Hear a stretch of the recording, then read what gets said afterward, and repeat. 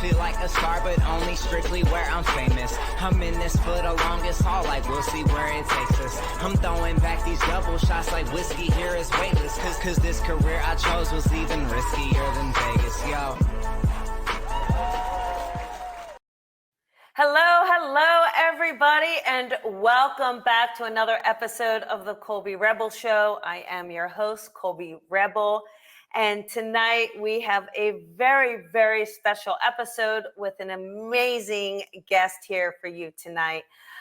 You have seen him on the show a couple of times, and he is clearly one of the most amazing mediums I have ever had the privilege of witnessing and serving alongside. He is an impeccable teacher, spiritualist, spirit artist. So that means he will draw the spirit that he sees when connecting, which is always phenomenal and beautiful. He's an artist, a poet. He does everything and travels the world and really is just by far one of the most genuine and authentic persons I have ever had the privilege of knowing and speaking and working alongside. So let's give a round of applause for Joe Shiel. Welcome, Joe. Colby, my God, I was just like, oh. I didn't recognize myself there for a minute. Thank you. Oh, you're kidding. How are you? How is everything? I'm okay. I'm doing good. You know, I'm working away and trying to get my stuff together. And I go down to New Jersey next week to do the ceremony for Janet Havoc and Yes. her passing. So transition. So celebration of her life, and that'll be good. And other than that, I'm busy, and I know you and I will be busy soon with a couple of things. So that's what I'm excited about, being on the show and announcing that. And thank you so much for having me. Appreciate it. Oh, absolutely. And I know, I know you and Janet were very, very close friends, mm-hmm. and what a wonderful woman, lady, spiritual medium, right? Just everything you can think of. Great sense of humor too. She has a laugh. That's good. Always. And yeah. But we recently, had Mavis Patilla, also one of the most legendary pioneers of mediumship, recently transitioned to join Janet. So, and it's kind of interesting. Maybe, at the time we were thinking Janet's passing was so untimely, but perhaps she was just there to watch over Mavis and to make sure she opened the door for Mavis, right? They were dear friends and both friends of mine. And they just, I had talked to Mavis and Jean, her partner, just about a few days before Mavis passed. And I know that she was not well and she was on her way, but boy, she was just upbeat and amazing, just amazing people, the way they took it on. And Janet was the same thing. I talked to her just before her operation, and she was upbeat, and it was like it didn't matter one way or the other. It's like it was all good. It was all life. And wow. Yeah. I don't know if I have that kind of courage, but anyway, No, they both have so much grace, right? And they do. Wonderful women. Honestly. And I feel like just not only teaching us about spirituality and mediumship, but perhaps how to be kind and graceful and loving people to one another. That's very true, and thought the world of you. Thought the world of you. So I just really want you to know that I Thank you. always spoke highly of you. So thank you for that. Thank you. Thank you. Well, we have a little poem. Once, Mavis has been on a guest on my show a few times, and one occasion she recited this poem just off, and I thought it was incredible. So I put a little video together, and we're just going to play it for our audience, and just as a dedication and memoriam for Mavis. Wonderful.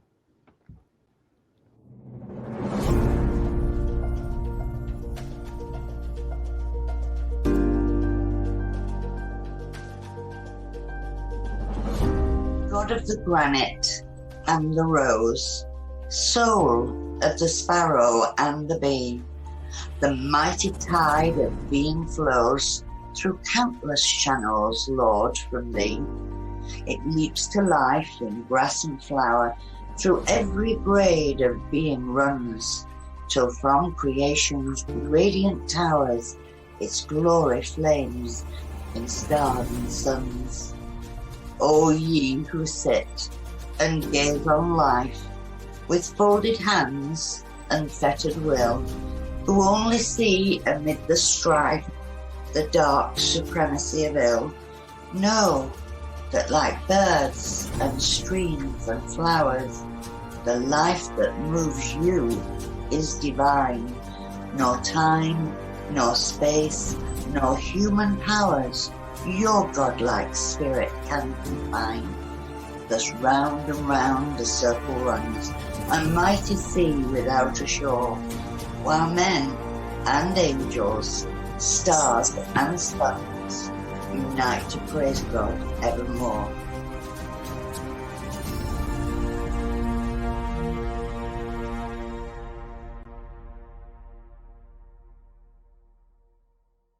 Okay, we're gonna have to hold it together after that. I was like, That's funny. I looked around and I was like, do I have any tissues? So, but wasn't that just so beautiful? That's Mavis all the way. You know. Always.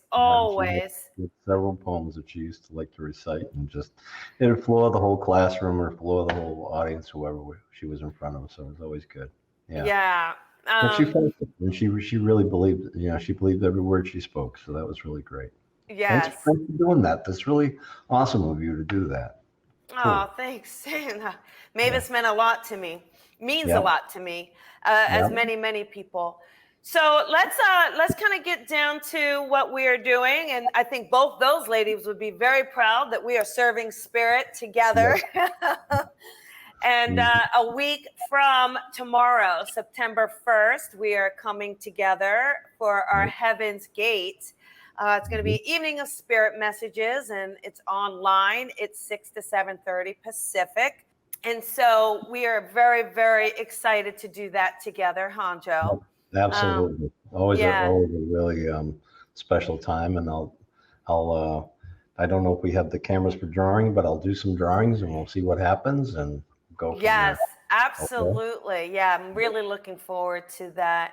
And then we also are actually coming together to teach a class about evidential mediumship and expanding it. And that is going to be Sunday, September 11th, the power of evidential mediumship.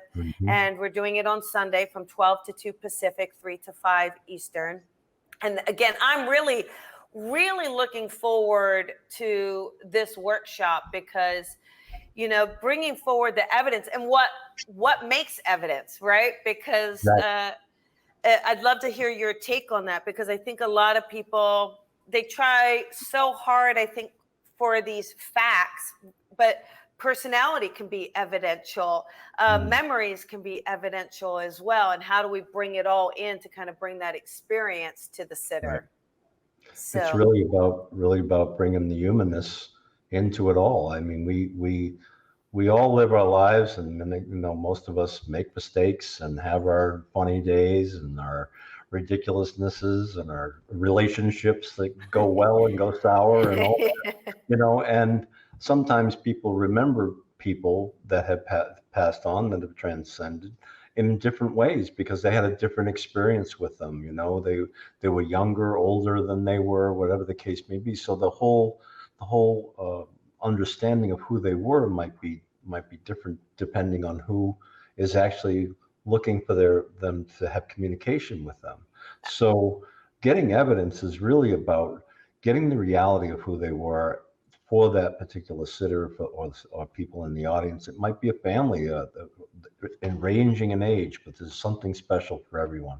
They knew that certain person the way they knew them, and they see the love in that. And it's amazing when Spirit uses someone like you and I to kind of be the instrument of that piece and bring it through and show it to the people there that are waiting and hoping to hear from them, hoping that they're okay. So many questions that people have. And a lot of, when we have decent evidence, it answers a lot of those questions because we actually are having a conversation with spirit. Yeah. It's not just a, oh, I think I'll guess at this one or I'll guess at that. It really is a special spiritual communication between us and them. And we really have, Colby, you and I are so blessed to be able to do this stuff and be able to be in the midst of that. What a gift that is. I mean, I ask God every day, you sure you got the right guy? It's like, oh my God, but thank God that it's the way it is and it comes through and just amazing. So, there's the kinds of evidence that are in courts and, when they're looking for tertiary evidence or, all kinds of different evidences. But when it comes down to mediumship, all those matter, but what really matters is that heart to heart. And when spirit is present, it's unmistakable. You feel it. You feel it. You're like in the presence of the power of the spirit world.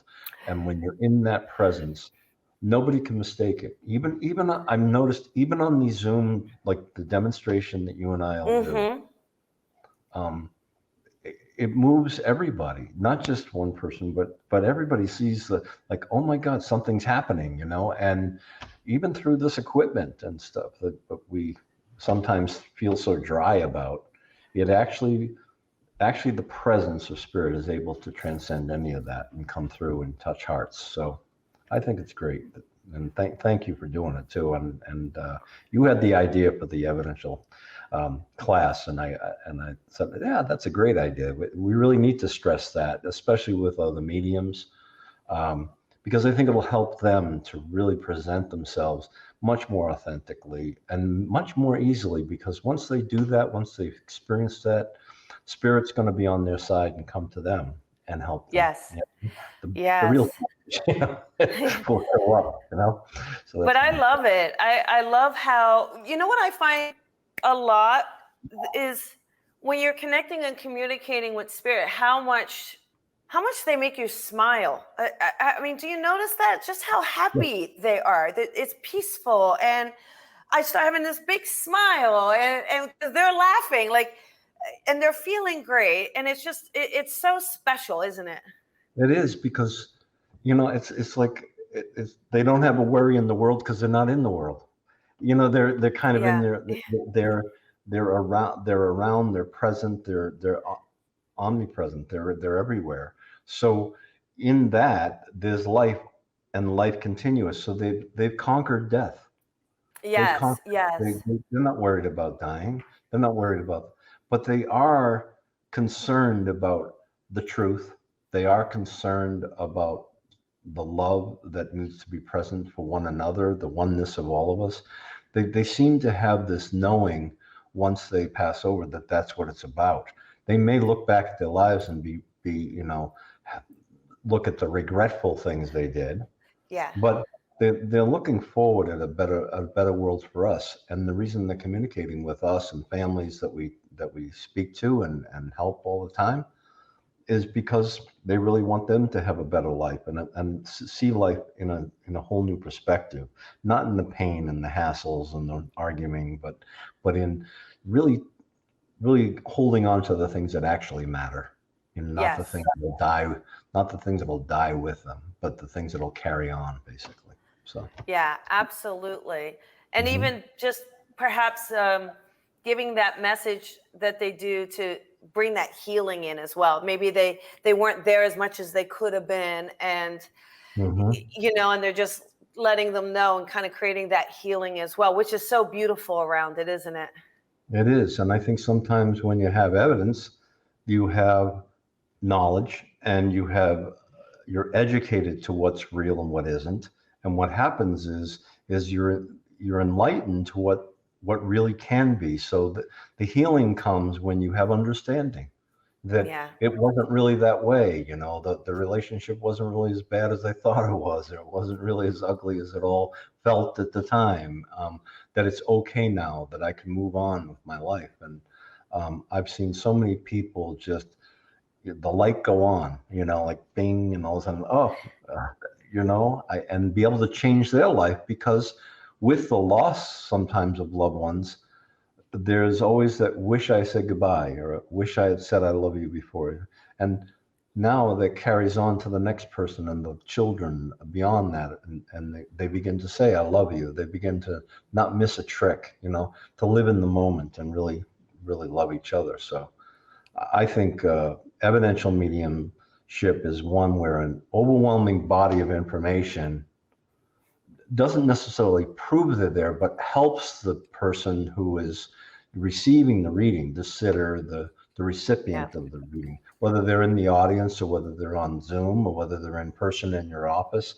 It helps them to say, I believe, I know that there's a continuity of life. It's not just some guess or some generalization of some woman who passed. It's that's mom, that's grandma. Yeah. And especially when their eyes light up, or something happens, or you can just see that look of like, how would you know that? And it's like, well, because that's what they're saying.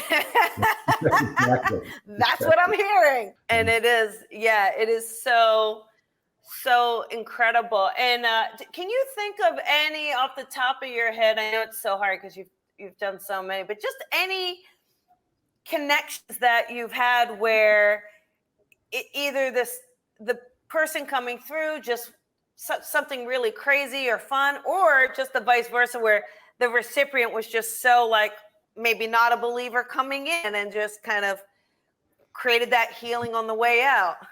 Well, I run into that all the time. I mean, people sometimes are recommended to me and they don't want to do it, or their friend or their daughter set them up with it, and they really, they kind of want to go to church instead. They don't want to come, they're afraid there's something evil about it or something conning about it.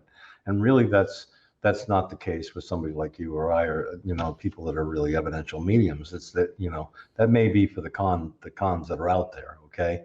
But for us, when we really have that connection with spirit, we begin to see the change in the person who's the skeptic. And I encourage them, be a healthy skeptic. Push me. It's okay.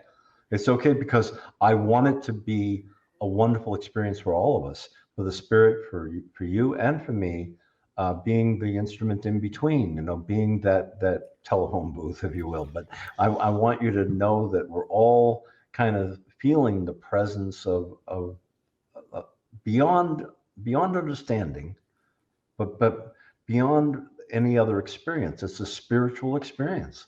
We're lifted out of our mundane and sometimes minutiae of life, and we actually feel more alive, all of us. And so, and sometimes the funniest things can happen, just these things that are just a riot, like I had a woman that was very skeptical just the other day, and I brought in her husband, and we talked, and the husband was quite a character and quite a piece of work in his own life, kind of a tough guy around the edges and things like that. And so we're going on and on and on, and the woman was getting it, and she's saying, yeah, that sounds like my husband. And I said, what the heck is this? And I couldn't understand what it was. And it was like jacks. You know how you used to play jacks? Yes. When you were a kid? Yes. With the ball and it's like, so I started throwing the jacks, and he goes, what's that? And she goes, oh my God, and then the tears come and the screaming, and it's like, what did I say? Yeah. But there's evidence. Yes. There's evidence. Who else would have, tough guy like this come in playing jacks, and all of a sudden it was a memory that they had when they were kind of pinned down and they couldn't get out of where they were. So they had this tournament of the jacks and the love that comes with that, the memory of that relationship and how special it really was. And even the most minute thing that they shared that was just them, no one else watching, just between them, and she laughed so hard. I didn't ask her what else happened during the Jacks games. but he was alluding to the fact that they had a lot of fun. Let's put it. Yeah. I had a thought in mind, but we'll just let that be. But yeah, let them have fun. That's it.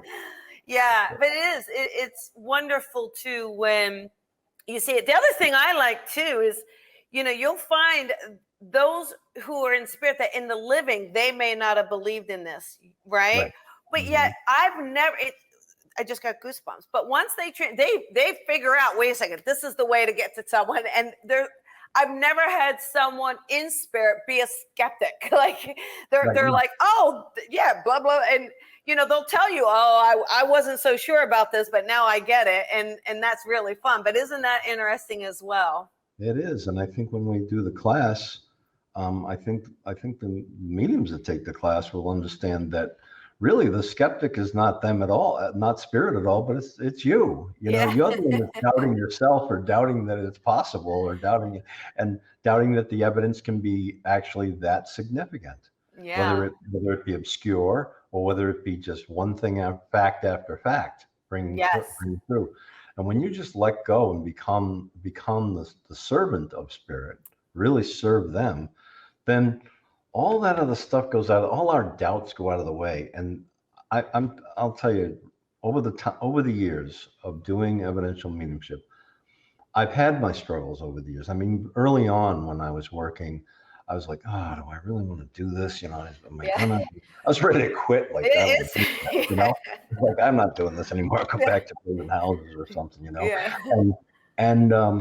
And then all of a sudden, this amazing reading will come through, and it's like they're slapping me upside the head. No, this is what you're supposed to be doing.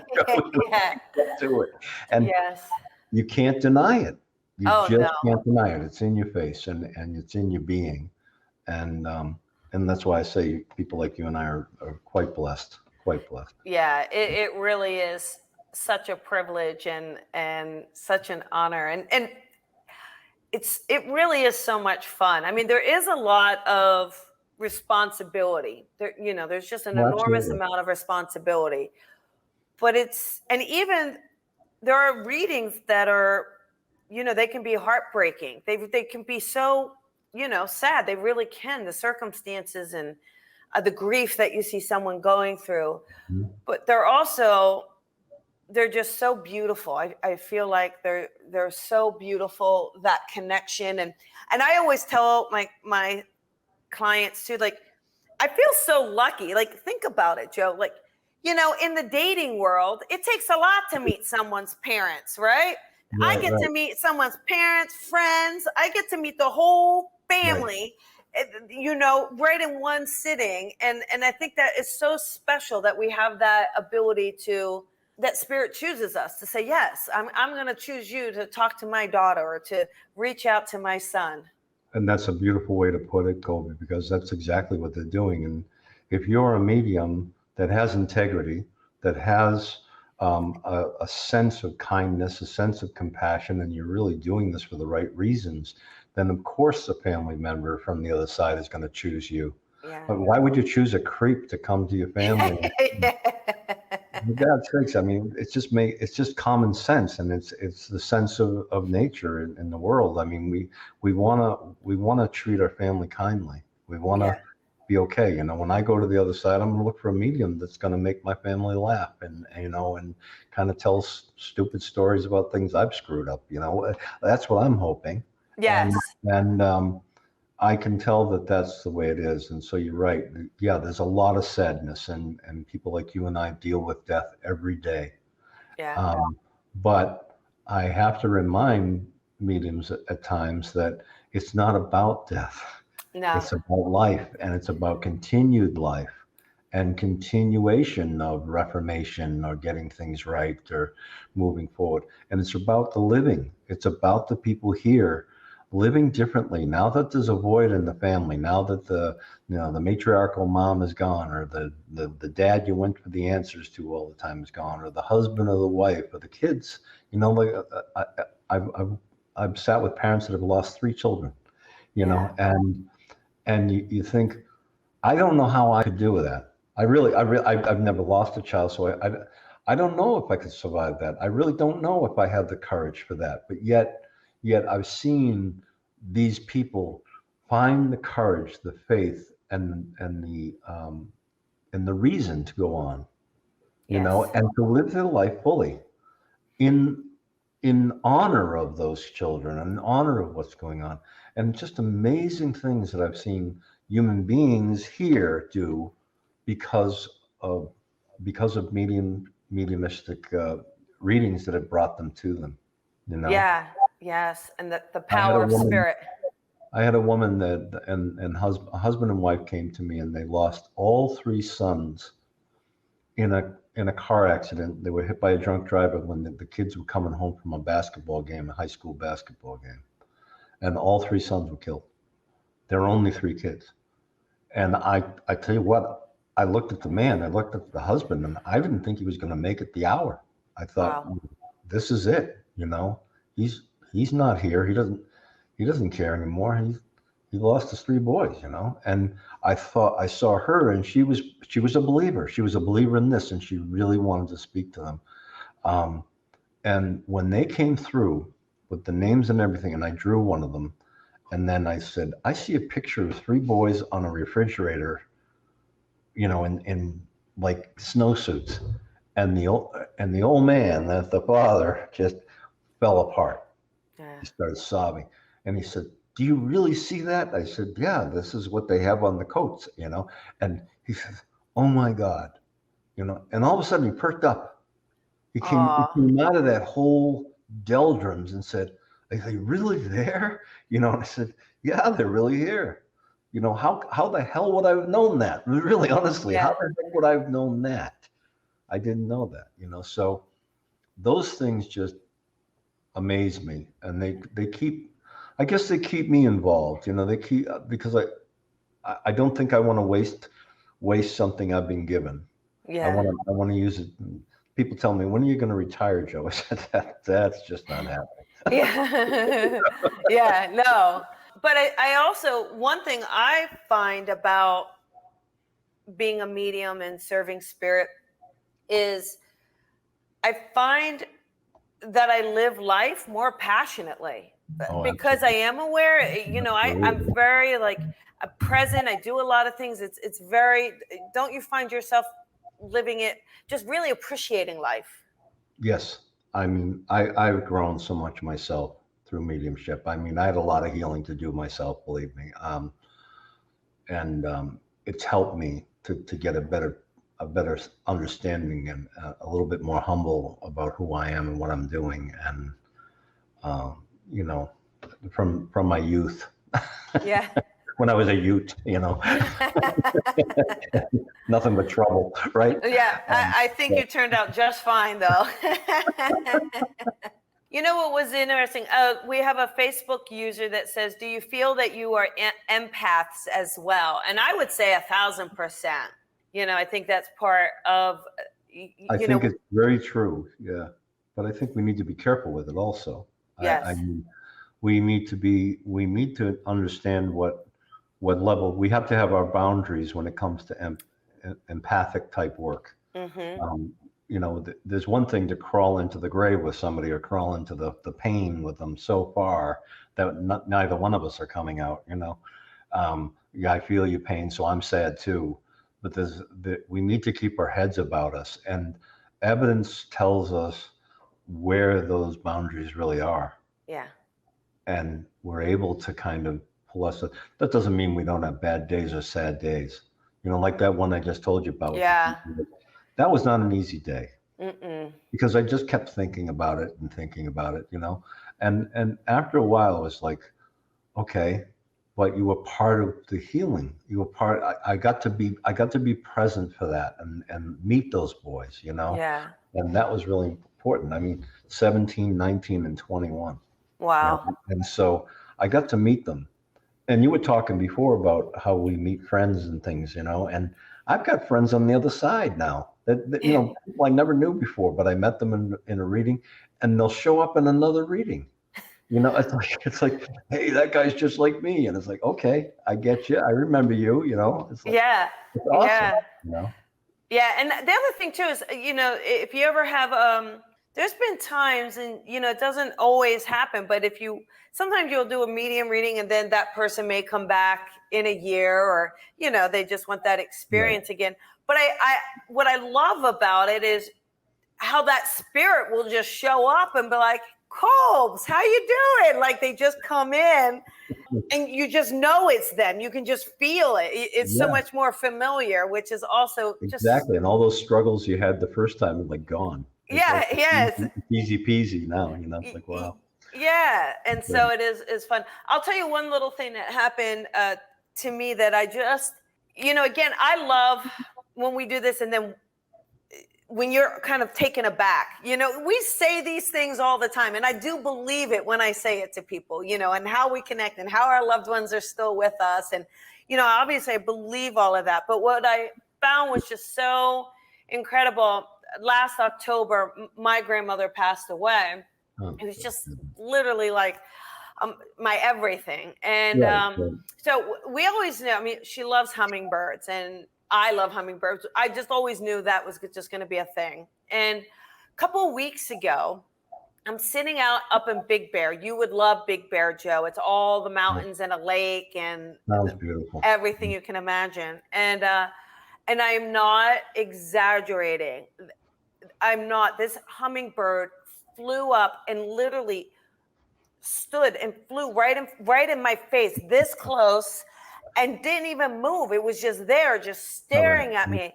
And I just tried not to breathe because I didn't want to scare it away. And it was there for a while, and then it flew off. And I just was like, holy cow, Grandma. Like, that's pretty powerful. That is pretty powerful. She was a strong lady and still a strong lady. But, it's nice when we get that from our own healing and our own loved ones kind of coming in as well. Exactly. It's amazing. And signs and symbols that we kind of set up with family members, or even after they passed, if you kind of set up and say, show me this, it's something obscure. And if I'm supposed to do this, show me this. And it's amazing to me. I did one just to nobody really knows it, but about 2 weeks ago, just after Janet died, I said, Janet, am I, if I'm supposed to do this, just let me know that's what I'm supposed, and I gave her this really obscure symbol, like whacked out kind of thing, thinking that'll never happen. So, in the next, and so I said, and I gave her a time frame. I said, in the next 48 hours. Okay. So I'm really tough on her, but anyway, so I'm driving down the road in the place I drive every day to go to the boat. Okay. And I drive down the road, and there it is on somebody's front lawn. Wow. I pulled the car over. I was like, you have got to be. It's like, what is that doing in Western New York? It's like, there's no way. Yeah. And then I went by the other day, it's gone. Wow. So I'm a little freaked out, but I'm okay. But I could just hear, I can just hear Janet say, oh, you're going to challenge me, Joe? Yeah, oh, you think so? Watch me. I go, oh, okay. There you go, white guy. Yeah. Getting schooled by Janet. But no, how powerful and beautiful, right? How powerful and beautiful. Absolutely. And again, I know you've been teaching a lot, but I also know that you enjoy life and you're finding balance as well. How are you able to manage that? Keeping the itinerary that you have and that dedication to spirit, but also wanting to enjoy your life, your family. How do you go about that balance? I have very good people around me that help me schedule.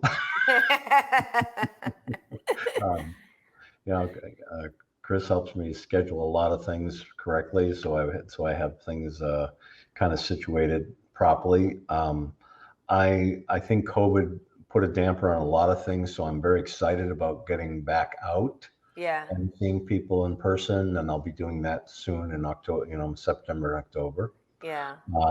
I've done one big event when COVID was just getting off the beam, if you will, but people had to wear masks and be vaccinated, and it was a little tough, but we had over 300 people, and wow, so it was nice, and So I'm excited about that, but it gave me some time to write, and I'm working on some books and things. And so I think what happens to me is I'm very eclectic in my thinking. So sometimes I like behind me, you see is my studio. So you see you see a painting on the easel, but there's 3 other easels. Well, I'm doing several paintings at once, and if I've got a certain paint out and that certain color and it belongs in one, I move from one to another, and I like when my mind is challenged and I have a lot going on. Yes, I like my downtime. I like some rest, and I like to just watch a movie or just chill. However, I love to create. Yes. So the creative mind is the mind of the medium.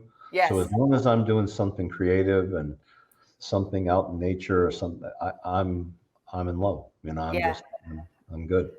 Yeah, no, it's great. I love nature. I'm a big nature person, and I love planting flowers and feeding the little animals. And I think I talked to you a while ago when you were out skiing or snowboarding or something. Oh, big skiing. A big snowboarder, learned how to ski this year.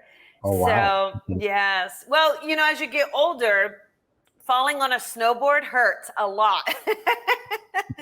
And so I'm just like, I better learn how to ski now so that when it comes to the idea of breaking a hip, I'm actually skiing. But I am very, very excited again about our Heaven's Gate and our Evening of Spirit Messages, and definitely excited about this workshop. I feel like it's just going to be a very informational, but also a lot of fun, right? Really, I think so too, and I think when we do work together, it's a lot of fun, and I think people have fun, which is good. And I think the information that comes, and both you and I teach a little bit inspiredly. Yeah. Which is not, we're not just going page to page, book by book, like go, till people have fallen asleep in the 3rd row. It's when we're teaching, we're excited about what we're doing, and new ideas, new things, new creativity comes in. So you're not missing anything. You're always getting something new, which is, I think, very exciting. And I'm always learning too, which is sometimes the students are my best teachers.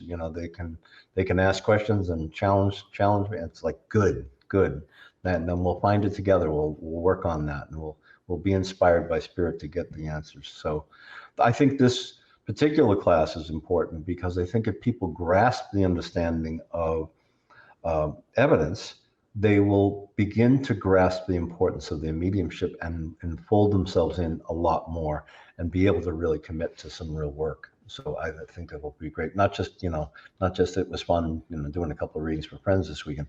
I really want to know how this uplifts me. That's when it will really become great. So yeah, absolutely. I believe it's going to be great. So, take a moment. Let's just tell everybody where they can find you, Joe, your website, because I know you have a lot of other classes, workshops, you have your books, you have so much to offer. Just go to josephshiel.com and it'll come up there, and you can look down through it. And if you want to see my fine art and stuff like that, just go to More About Joe, the poetry book, that type of thing. Those are the other things I do, but the mediumship and the spirit drawings, the multiple spirit drawings, the autographs, the kind of artwork I do, all of it, which is to me really genuinely understanding and helping and being part of the soul of life, and really helping people's souls to grow in their spiritual life. So I'm excited to be part of it. I'm just feel blessed to be part of it. So I'm really thankful to you to have me here tonight and to our teaching together. I think that's a lot of fun. So I'm really excited about it. So thank you. I can't wait. I was like, hey, Joe, how you doing? One of these days we're going to have to go on a boat together, though. There you go. Okay, that sounds good. So, all right. Well, thank you so much. And you have a beautiful, beautiful evening. And everybody come join us, please, next Thursday on the 1st and again on the 11th. And Right. Joe, have a fabulous time with your family this coming week. Thank Okay. you. Thank you. Uh-huh. All right. Have a great night. Bye. Bye-bye. Thank you for listening to The Colby Rebel Show. Be sure to follow Colby on social media at Psychic Rebel. And if you've enjoyed this podcast, please head on over to iTunes to leave a review to help Colby grow the tribe. Colby is an international psychic medium, teacher, best-selling author, and speaker. She is a master teacher of the Lisa Williams International School of Spiritual Development and is the owner of the Colby Rebel Spirit Center in Los Angeles. Visit colbyrebel.com.